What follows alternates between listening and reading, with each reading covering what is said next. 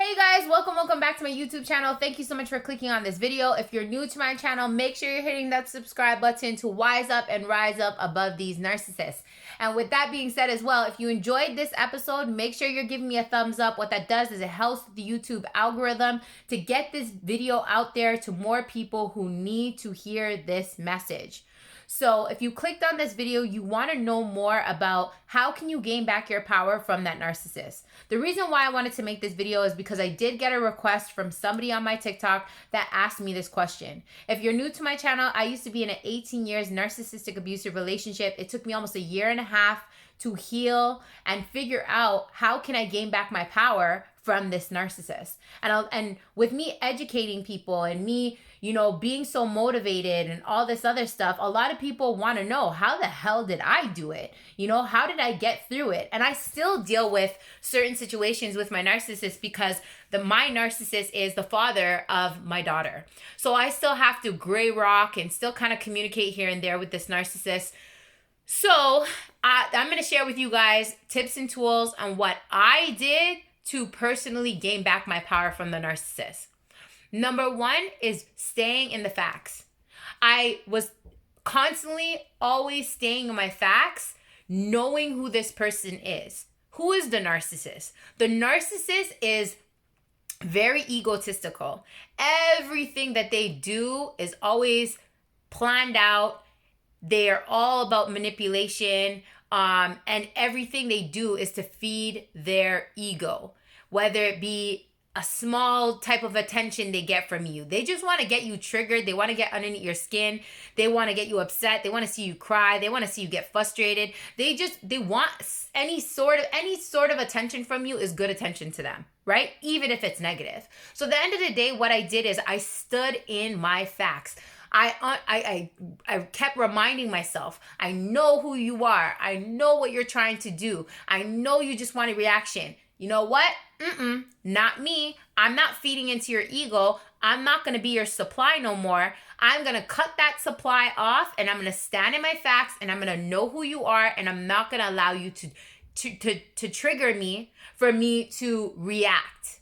Because again, that's exactly what they want, which then turns into supply for them. So I decided to say to myself and remind myself all the time to stand in the facts before I reacted. Because again, any reaction to them is good reaction.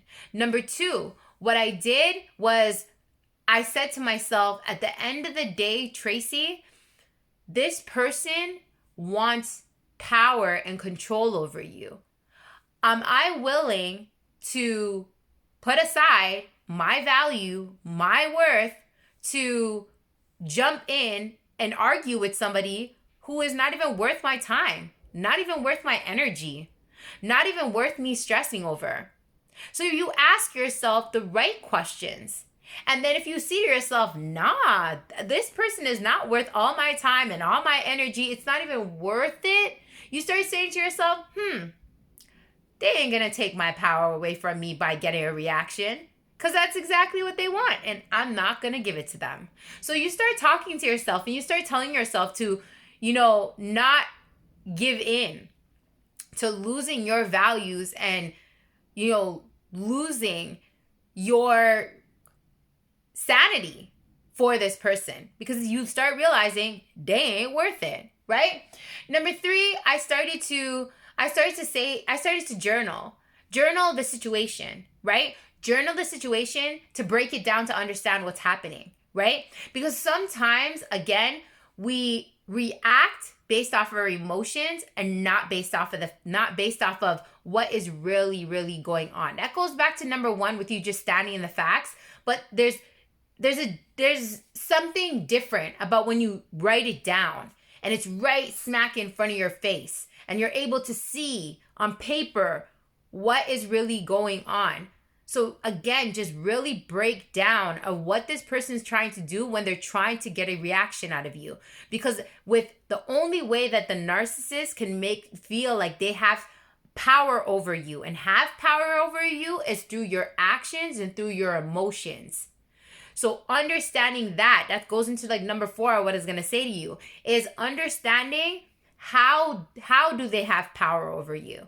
breaking it down and understanding how. And how the narcissist has power over you is being able to be constantly in your mind and being able to affect your emotions, your thoughts, and your actions. These are 3 ways that the narcissist has power over you. And this is over time, right? This is over time that that you, when you are with them, or if you're still with them, they do these things over time to manipulate you, gaslight you. All these things is tactics to break you so that they can have and gain control over your mind, your emotions, and your actions. So when you're able to break all these things down and really understand them is when you can say, okay, I have the foundation of understanding how they want to gain control over me.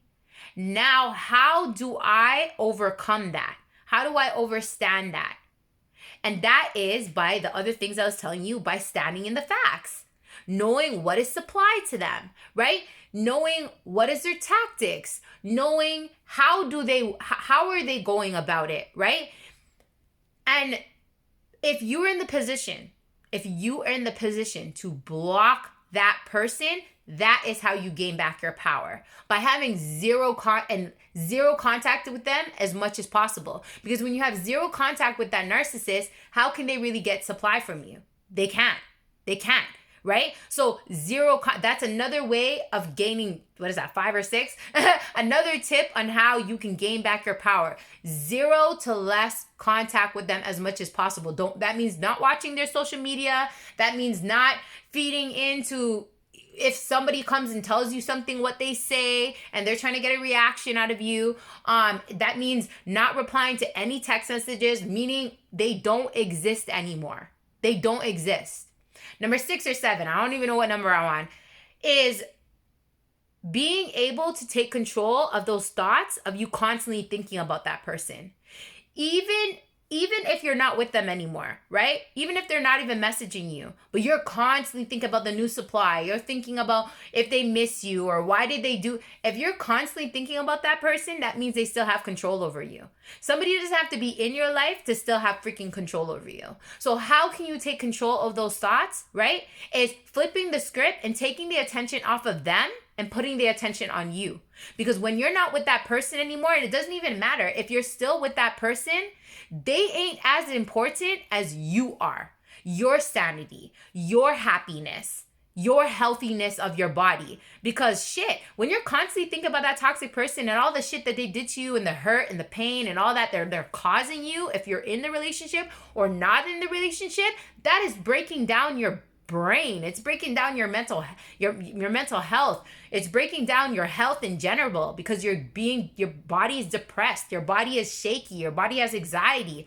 It's breaking down your health. So at the end of the day, no man or woman on this earth is more important than you and your health.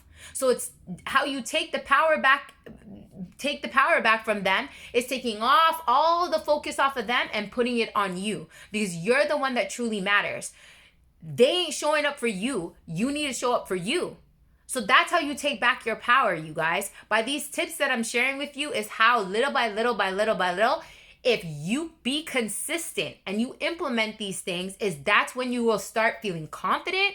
You start standing in the facts more and not getting manipulated or straying off the path of understanding who these friggin' people are.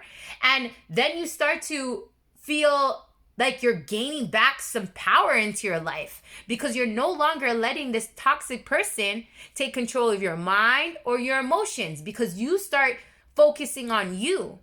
And when you can start focusing on you, then you will start making the right choices for you and not for that other person, right?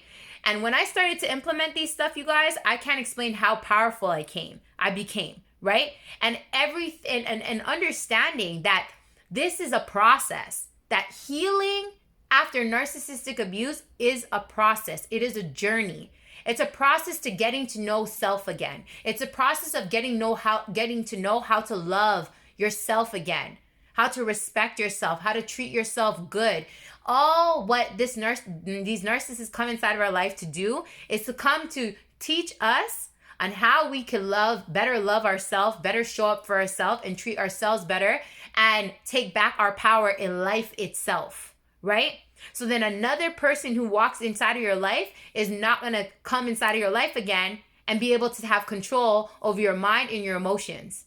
You're going to be so strong in knowing who you are that another person is not going to get the chance to come in you again. I can't say it on YouTube, but mess with you again and bring you back down to where you were when you were with that narcissist, or if you're still with that narcissist, right? Stand in the facts, you guys. I hope that this video of all these things that I broke down has brought some light to you to help you to wise up and rise up inside of your life. Because at the end of the day, it all starts with you, right? And I always say in all my videos and everything, what's the definition of temporary insanity? The definition of temporary insanity is doing the same shit, expecting a different results. You cannot heal, you cannot gain back your power if you're constantly doing the same toxic shit and expecting different results. So I hope that this video has not just shared with you valuable knowledge, but helped inspire you to take the things that I'm saying and actually put them in work. And then that's how you can rise up from these narcissists. Thanks again for tuning in, you guys. If you guys enjoyed this video, again, please give me a thumbs up. Let me know what your thoughts are in the comment, right? And if you have not yet joined the Wise Up, Rise Up community, I urge you guys, please join the Wise Up, Rise Up community. This is going to be a movement that's going to go worldwide. I'm going to be, I'm going to be putting this up all over the place. Like, be a part of it, because this is a movement. We are going to save and help so many people from narcissistic abuse, right? To, again, wise up and rise up inside our life. I'll leave all the links to all the platforms for the Wise Up, Rise Up community in the comments. Make sure you're checking it out and make sure you're tuning in and you're joining in, you guys. You guys don't want to miss out on all the amazing information I'm going to keep providing for you guys on a daily, weekly basis to, again, help you guys to wise up and rise up. Thanks again for tuning in, you guys. Take care.